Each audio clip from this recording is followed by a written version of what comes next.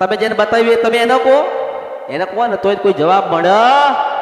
પણ હું એવું કહું છું કે એવી રીતે નિવેદ કર્યું અને દુઃખ પડે ને તો તરત જ તમારી કુળદેવીના શરણમાં જતા રહેજો અને 2 અગરબત્તી કરજો, 1 શ્રીફળ લેજો ને એટલું કહેજો કે માં તને પૂછ્યા વગર નિવેદ કર્યું એટલે મને ખબર પડી ગઈ કે વિઘ્ન આવ્યું છે, પણ માં તારા કીધે રહીશું ને વા કરીશું ને તને પૂછીને કરીશું, પણ માં વિઘ્ન આવ્યું તો ટાળી દે. તમે બોલો ને ટળી જાય, એનું નામ માતા કહેવાય.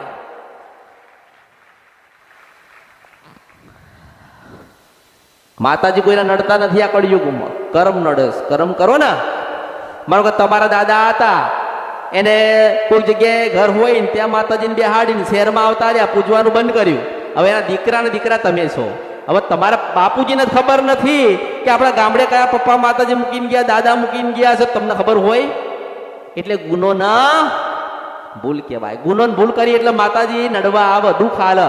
કેમ કે તમે મારા દીકરા છો, મેં તમને જન્મ આલ્યો છે, મેં તમને અવતાર આપ્યો છે. ધરતી ઉપર લાવનારી હોય તો હું ચાવડ માતા છું, ખોડિયાલ માતા છું, મેરડી માતા છું, અને તમારા વડીલો મને મૂકીને ગતાર્યા એટલે આજે મારું મન દુભાય છે ને તમે દુઃખી થાવ છો. માતાજી કોઈ દિવસ દુઃખી કોઈને કરવા આવતા? માં કોઈ દિવસ દુઃખ આલે ખરી?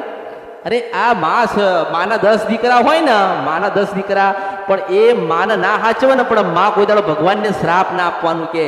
ભગવાનને કોઈ દાડો માં એવું ના કે મારા દીકરા 10 મને રાખતા નથી, પણ ભગવાન શું કરે, ડોશી મરી જાય ને ત્યાર પછી પરમાત્મા દુઃખ લઈને આવે. એટલે ભગવાન એવું કે જીવતી હતી ત્યાં સુધી તમે રાખીને એવો મરી ગઈ, ભગવાનના ત્યાં ગઈ છે ને મારો વારો આવ્યો છે, જો તમારા દીકરા તમને રાખે ને તો મારા અવતારમાં ખોટ પડે કે. માં દુઃખ નહીં આલે, માં બોલશે નહીં. ચલો હું તમને પૂછું કે કોઈ બધાએ નિવેદ કર્યા ને? કોઈએ માએ કીધું કે બેટા મને ચૂંદડી બદલ? કોઈએ કીધું કે બેટા સુખડી નહીં ખાવી, લાપસી ખાવી છે? કોઈએ કીધું?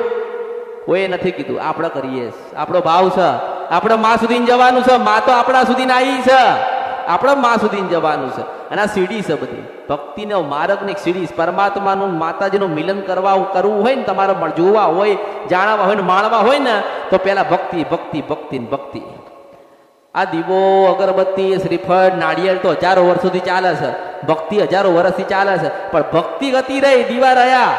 લોકો દીવા કરતા શીખ્યા છે.